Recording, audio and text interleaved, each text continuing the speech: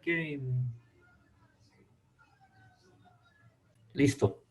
Un consejo que les doy a todos ustedes para que estén atentos y sepan, siempre recuerden de convolucionar las palabras o separarlas para que les dé la connotación.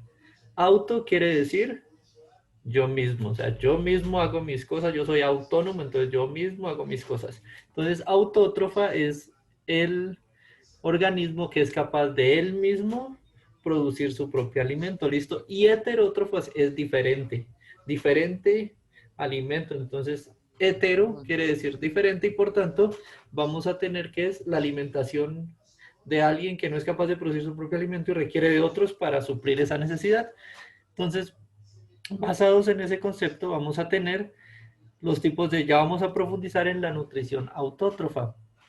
¿Qué tenemos para la nutrición autótrofa? Esto lo voy a pasar rápidamente. Ustedes ya saben que la nutrición autótrofa hace referencia a los seres vivos que sintetizan sus propios compuestos orgánicos, es decir, su propio alimento a partir de compuestos inorgánicos. Y vamos a conocer cuáles de ellos son los más importantes. Los primeros son las bacterias autótrofas que se llaman. Ellos no presentan organelos celulares, todo el material que les permite comer está dispersado en su citoplasma. Recuerden que la célula tiene varias características. La célula que nosotros vemos y que conocemos, ustedes ya la vieron en biología con el profesor Guido y recordarán, esa es la célula. Perdón, mi célula está mal dibujada, pero esa es la célula. Antes de eso, tenemos la célula en la cual tengo dispersos todos los organelos y el material genético, lo tengo disperso por todo el citoplasma. ¿Qué citoplasma? Es todo el interior de la célula. Entonces, cuando tengo el material totalmente disperso en el interior de la célula, se llama una célula procariota. Pro antes, cariota, definición en el núcleo. Ya después de que la célula evolucionó y decidió acomodar en un núcleo su material genético para protegerlo y que no fuera tan complicado, pasó a llamarse célula eucariota. Entonces nosotros vamos a estudiar en primera instancia bacterias que presentan esa característica, tienen todo disperso en el citoplasma, son procariotas y ellas generan su propio alimento, ya sea porque lo generan en alguno de esta partecita del citoplasma o porque lo generan en la misma membrana, reciben el alimento y lo generan y vamos a ver qué nutrientes reciben ellos. Entonces, las bacterias autótrofas como tal utilizan la energía solar para la síntesis de moléculas orgánicas, es decir, que ellas pueden realizar el proceso de fotosíntesis.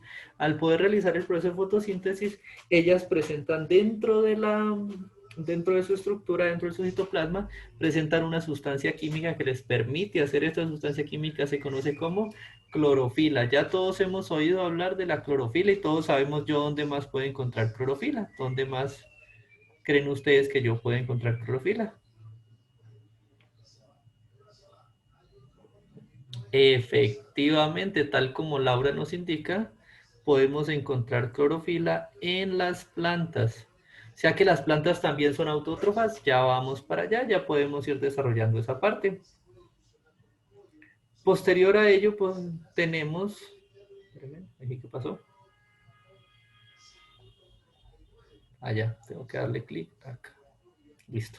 Esas son las bacterias autótrofas. Ahorita vamos a conocer las bacterias que son quimiautótrofas, es decir, ellas producen su propio alimento, pero lo producen no de la luz, no toman la energía de la luz, sino que la toman de sustancias químicas que se encuentran en su organismo. Ellas son las que como tal toman sustancias inorgánicas y las convierten en su propio alimento. Comúnmente esto se da en la profundidad del océano, donde no hay nutrientes o no llega la luz solar. Ellas se adaptan para recibir los nutrientes que les llegan. Comúnmente los toman del suelo y del mismo entorno, del mismo agua que los rodea, toman los nutrientes para a través de las moléculas inorgánicas generar su propio alimento y mantener su metabolismo.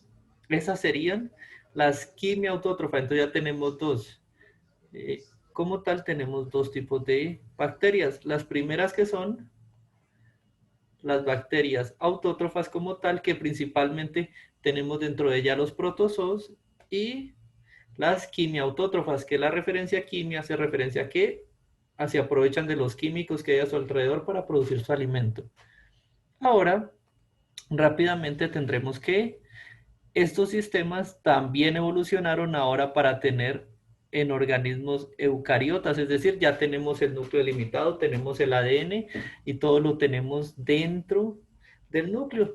Y recibieron, las eucariotas empezaron a realizar procesos fotosintéticos, es decir, producen su propio alimento a través de la luz que les llega y el CO2 que toman del aire, toman CO2, toman luz y producen su propio alimento.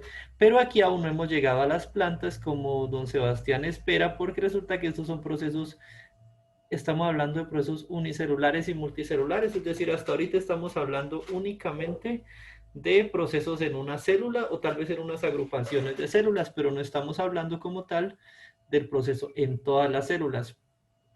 Para que ocurra esta alimentación o esta alimentación autótrofa en unidades eucariotas, es aquí donde ya se especializó. La célula decidió especializarse y decidió relegarle esa tarea a algo que se llaman los cloroplastos. ¿Los cloroplastos qué son? Exactamente, don Juan, como usted está pensando, los cloroplastos son en la célula eucariota, tenemos unos organelos especializados que se denominan cloroplastos. Están ubicados en el citoplasma y si hiciéramos una ampliación de ellos son como plaquitas colocadas una encima de otra. ¿Listo? Y en estas plaquitas, las células eucariotas, para optimizar la producción de comida, decidieron aquí colocar la clorofila. Y esa clorofila que colocan ahí es la responsable de producir su propio alimento y realizar la fotosíntesis. Entonces, en los cloroplastos es donde yo realizo la fotosíntesis. Listo, hasta ahí tenemos que los cloroplastos son los orgánulos especializados de las células eucariotas para obtener su propio alimento. Ya cuando la célula se agrupa, se agrupa, se agrupa más, aquí ya viene lo que Laura nos estaba contando. Aquí ya vienen como tal las plantas. Miren lo más importante, tenemos generalmente habitan ambientes acuáticos, son los mayores productores de oxígeno del planeta, las células eucariotas fotosintéticas. ¿Por qué? Porque ellas toman CO2, toman luz, toman agua y liberan glucosa más oxígeno. Y son lo que permiten que haya oxigenación en los medios acuosos como tal. La clorofila puede presentar diferentes adaptaciones de color, puede ser roja, verde, que son las dos que hay, clorofila A y clorofila B, que son de color rojo y verde y son las que le dan las tonalidades características a esos orgánulos eucariotas fotosintéticos. Pero ahorita vamos a ver qué pasa cuando ellos requieren como tal más, cuando se agrupan y forman como tal una agrupación, o sea, deciden agruparse. Aquí es donde ya pasan a formar los primeros organismos productores de su propio alimento, que son las plantas.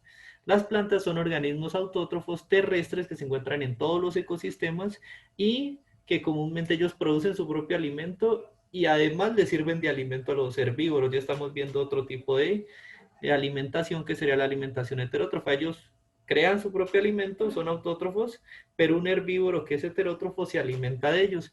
Ellos, ya lo vimos en la clase anterior, pueden necesitar, de acuerdo a la cantidad, necesitan macronutrientes, que son los que se encuentran en mayor medida de los que requieren en mayor escala, y para ellos principalmente necesitan nutrientes como carbono, hidrógeno, oxígeno, nitrógeno, fósforo y potasio. Ellos toman esos elementos de la tierra, los toman del aire, de su entorno, y con eso macronutrientes convierten su alimentación y obtienen la energía necesaria, es decir, generan los procesos que ellos requieran. Además de los macronutrientes, perdón, que aquí hay que dar una vueltica, teníamos los micronutrientes, que son los que se requieren en pequeña escala, que son lo que nosotros llamábamos las vitaminas, pero en las plantas son minerales principalmente. Tenemos hierro, manganeso, que es el núcleo como tal de la clorofila, calcio, cobre y molibdeno, son microelementos que necesitan la planta para crecer. Por eso cuando ustedes vayan allá a clases de agronomía y todo, ellos les van a decir, bueno, póngale un abono que tenga nitrógeno, fósforo, hierro y potasio y calcio a la planta y ustedes van a entender que eso es necesario para que la planta ya crezca. A diferencia de nosotros que necesitamos vitaminas, ellas requieren principalmente minerales. Y además de esto, tenemos dentro de una catalogación especial ahí ubicada en medio de los dos, tenemos nutrientes secundarios, que son nutrientes que requiere la planta en gran cantidad y no se pueden considerar ni micro ni macro. Ellos pueden vivir un poquito sin ellos, sin los macronutrientes, pueden vivir sin estos nutrientes secundarios y pueden estar en una mayor cantidad que los micronutrientes, pero son necesarios, que principalmente, como vemos aquí, metales, magnesio principalmente, calcio y azufre que lo utilizan directamente en la fotosíntesis, los utilizan. ¿Por qué? Porque a través de estos metales ellos atrapan la luz y la dispersan en el medio para poder alimentarse. Hasta ahí estamos claros porque esto es un repasito, hasta ahí estamos fácil. ¿Cuál es la principal característica de la fotosíntesis? La principal característica de la fotosíntesis es que puedo obtener glucosa. La glucosa es la principal molécula que me da energía a los organismos. Ya lo vimos en la anterior clase, que es la que nos mantiene enérgicos y nos ayuda a llevar a cabo los procesos vitales. Entonces, ¿ellos qué hacen? Las plantas, ¿qué hacen? Toman, perdón, voy a borrar esta parte. Las plantas lo que hacen es tomar CO2 del medio.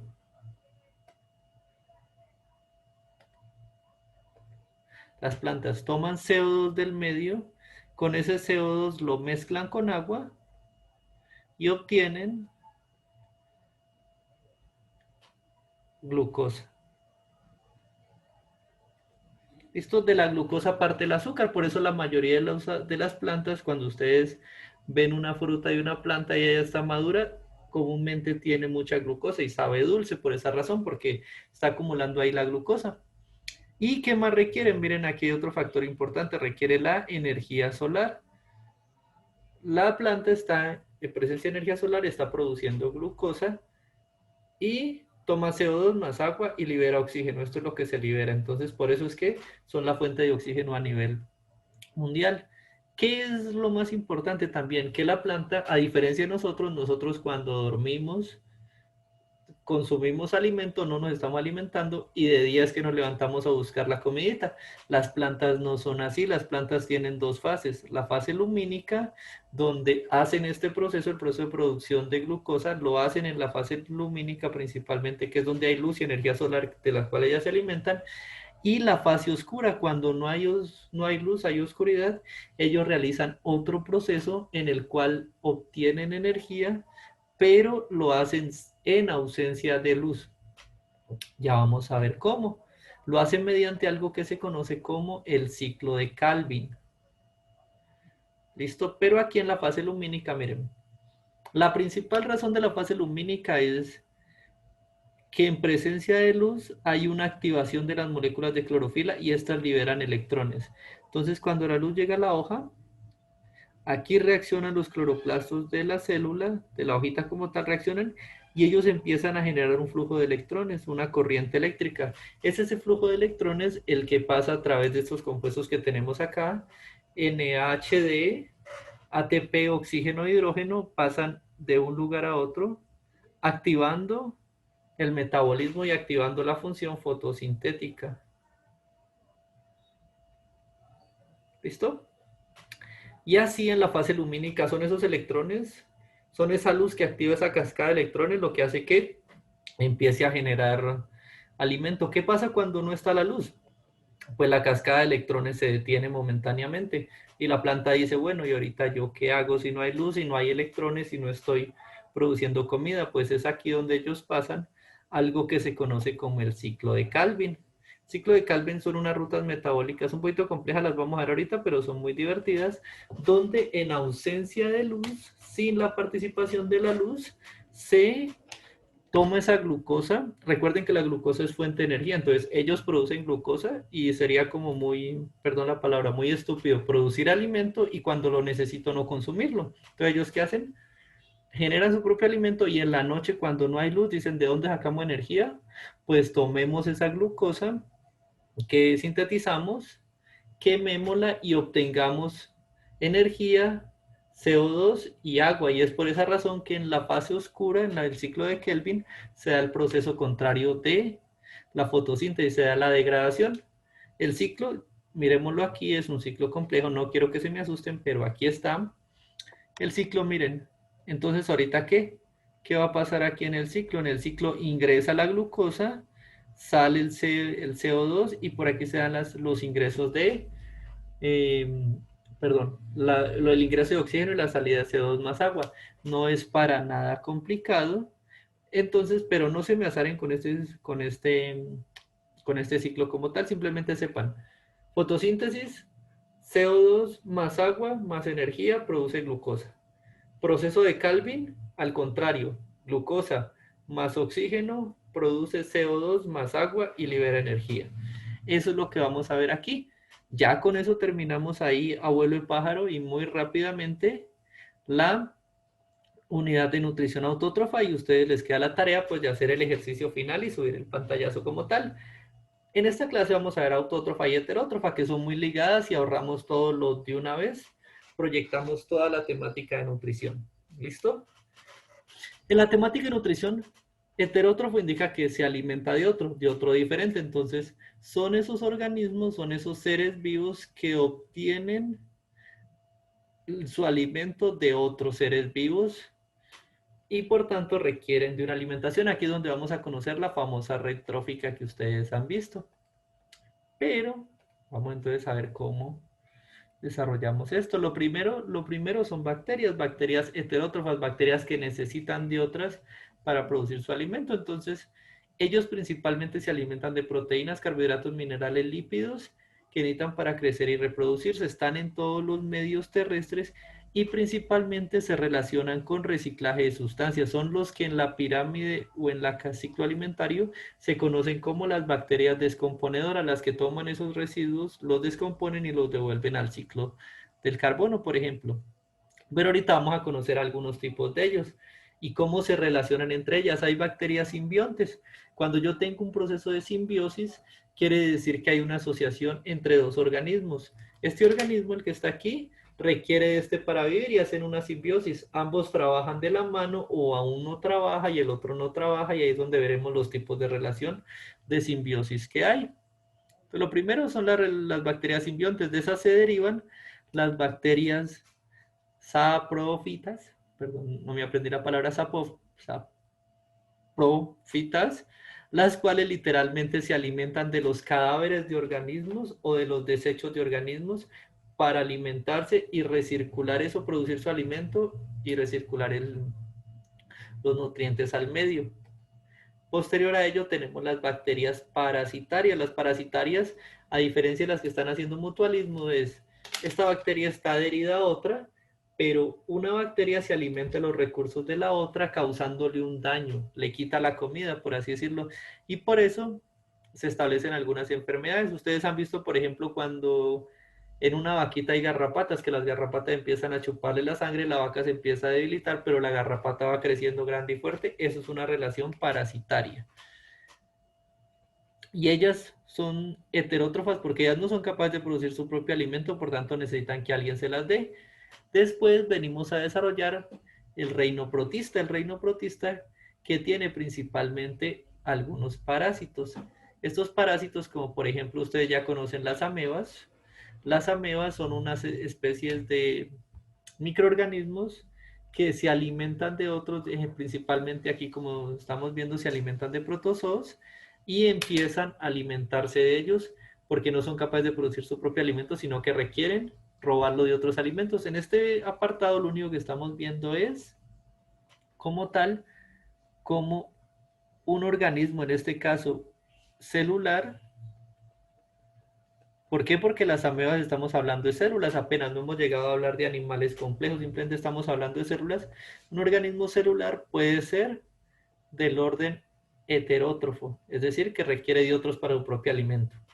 ¿Listo? Ahí vamos. Perdón si voy muy rápido, pero esto ya lo habíamos visto, entonces, y por ejemplo, esta parte ya la habíamos visto, la nutrición en hongos. Recuerdan las hifas y cómo el hongo se va alimentando, cómo la hifa de la punta recibe los nutrientes y va pasándole a las demás hifas lo que le sobra. Entonces, la nutrición en hongos también requiere que se alimente de algo. Ellos toman nutrientes del piso y empiezan esas hifas a alimentarse, y por eso los hongos están dentro de la nutrición heterótrofa. No voy a hacer hincapié en esto, sino que vamos a pasar a lo que ya nos interesa, que son nutrición en animales. Todos los animales que nosotros conocemos requieren de una forma de alimentación. no producen su propio alimento. Y ellos, en función de cómo los tenemos, vamos a encontrar la catalogación que se pueden dividir en herbívoros, carnívoros u omnívoros. Y vamos ahorita a desmentir, bueno, no a desmentir, pero sí a discutir la famosa pirámide alimenticia o red trófica que ustedes llaman. Antes se le llamaba pirámide alimenticia, entonces ustedes sabían que había una pirámide. Entonces, perdón lo choneto, pero aquí abajo tenemos como tal a los organismos autótrofos. ¿Listo? Y esos organismos autótrofos generan alimento, entonces generan lo que tenemos en la base de la pirámide alimenticia, que son las plantas, y por ende sus frutos y todo lo que nosotros aprovechamos de las plantas. ¿Quiénes se alimentan después de ellos? ¿A qué nivel pasa? Después de ello tengo las plantitas ahí, llega un animal que se alimenta de plantas, y ese animal que se alimenta de plantas se conoce como él. Espérenme.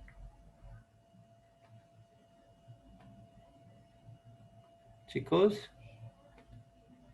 creo que listo. Tenemos el animal herbívoro que sí. Tenemos el animal herbívoro. ¿Listo? No se ve muy feo así, pongámoslo.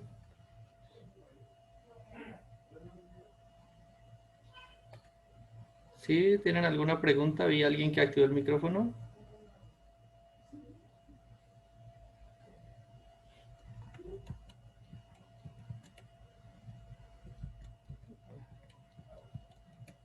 Listo. No hice otra vez, al contrario.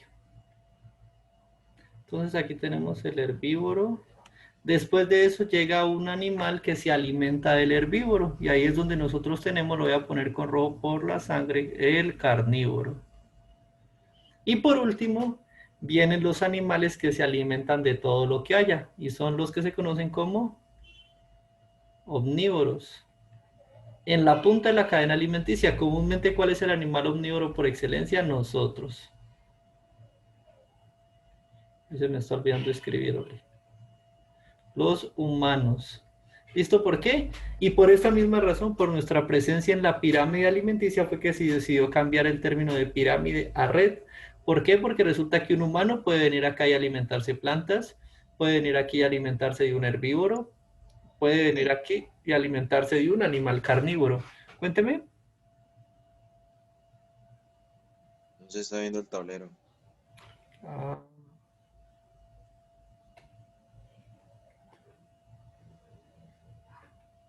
ahí ya. Yo lo veo en blanco nomás. No, usted, profe. Listo, Nicolás, espere un momentito a ver si le carga porque todos ven bien el tablero o hay fallos en él. Actualice, actualizo Nicolás a ver si le carga. Porque Bueno, voy a salir y voy a volver a entrar. hágale con confianza. Entonces miren aquí antes de para que don Nicolás vuelva y lo vea. Entonces aquí tenemos, y entonces la pirámide ya pasó de ser una pirámide a ser una red, donde algunas plantas, y principalmente por los omnívoros que se encuentran en todo el reino animal, es que se empieza a catalogar como una red donde uno se alimenta de otro, pero ese a su vez se puede alimentar de otra especie y así va generando una red donde todos se entrecruzan con todos y por eso ya se cambia de cadena de pirámide a Volví. red trófica. Listo. No, Volvió. no se ve nada. No, profe, no sabe nada. El tablero se ve blanco. ¿En serio? Y apenas vienen a hablar. No. Perdón. Muchos. No, Laura, ¿qué pasa? Ahí, Nada, Ahí ya. profe. Nada. Ahí sí ya. ahí sí Ya. ya. Sí, profe. Sí. Listo. Bueno, en la grabación les queda, pero igual les repito. Entonces los omnívoros, ya si habían escuchado el cuento, los omnívoros, nosotros somos omnívoros, los humanos, entonces nosotros podemos comer a otros carnívoros, podemos comer un herbívoro y podemos alimentarnos de las plantas, por eso somos omnívoros y estamos en la cima de esa pirámide. Y justamente como estábamos en la cima y podíamos bajar a cualquier nivel y hay esa interconexión entre los omnívoros y las demás, fue que se decidió cambiar de pirámide alimenticia, se decidió cambiar a red trófica. Es una red, ¿por qué? Porque pues se empiezan a generar los vínculos entre un depredador y su alimento, o sea, cual sea independiente del nivel en el cual se encuentre. Listo. Y ahí ya vieron cómo funciona como tal la red trófica. Ahorita si volvemos acá a la pantalla, me informan si la ven, y vemos que los animales pueden ya catalogarse con función a su sistema digestivo, a la forma como obtienen ese alimento y cómo lo degradan. Entre más complejo el alimento, más complejo el sistema digestivo, y vamos a conocer algunos de ellos. El primero que vamos a conocer es, bueno, este de aquí es el de los cianocitos, o como tal las algas. Las algas se alimentan y ellas presentan unas características importantes. La primera de ellas, permítanme, aquí se las muestro, es que ellas no son capaces de cazar su alimento, entonces ellas esperan, observen el mecanismo que está haciendo aquí el cianocito. Ellos lo que hacen es esperar a que llegue a su boca el alimento. Una vez llega a su boca, ellas cierran como una planta carnívora, ellas cierran y mantienen el pez ahí. El pez lentamente, pues aparte de que muere por la presión que le hacen, el pez empieza a descomponerse. Y es aquí donde esos nutrientes y los desechos son absorbidos por el animal y se nutre. Y después, cuando ya siente que se alimenta lo suficiente, vuelve a abrir y los desechos salen. Por eso se dice que en el caso de estos animales que tienen el sistema digestivo incompleto, ellos tienen la boca y el ano en el mismo orificio, lo que indica que se alimentan y desechan por el mismo orificio. Son sistemas básicos, no cazan, simplemente llega el alimento, dejan que se descomponga, absorben los nutrientes y liberan lo que no les sirve.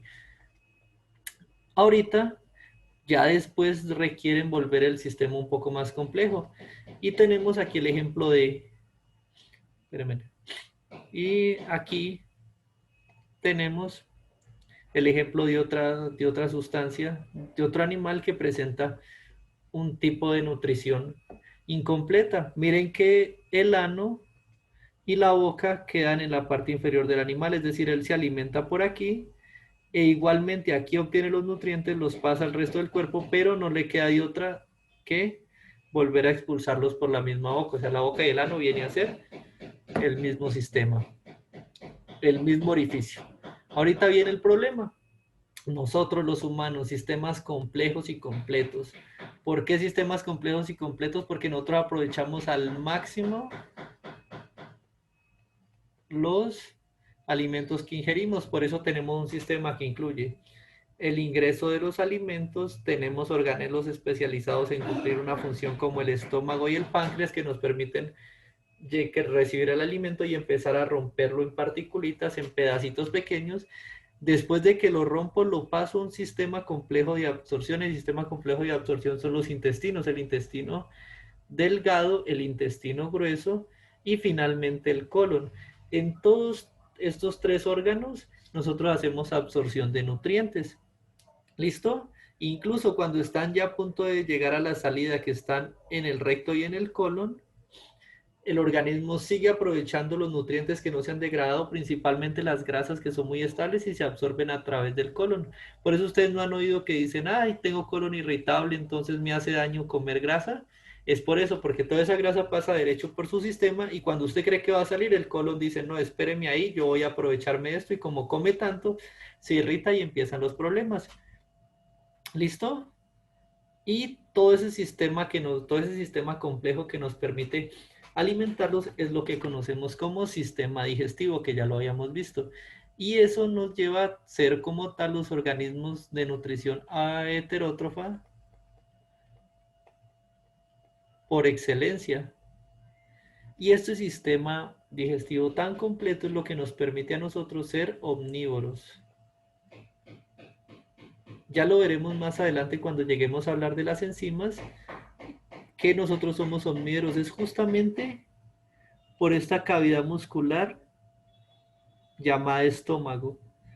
¿Listo? Todo lo que llega al estómago, todo lo que llega a esa bolsita, es trabajado por unos ácidos, ácido clorhídrico, generamos ácido sulfúrico también en pequeñas cantidades, generamos muchos ácidos.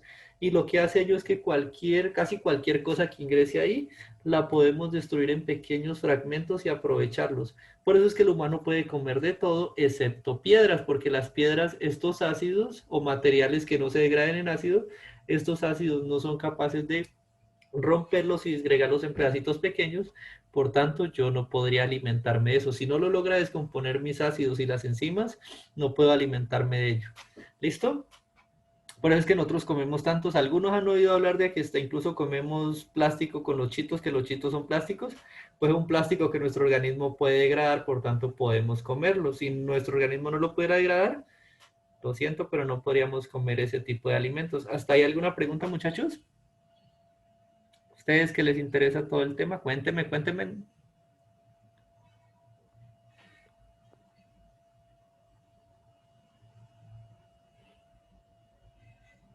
Laura, don Sebastián, don Nicolás.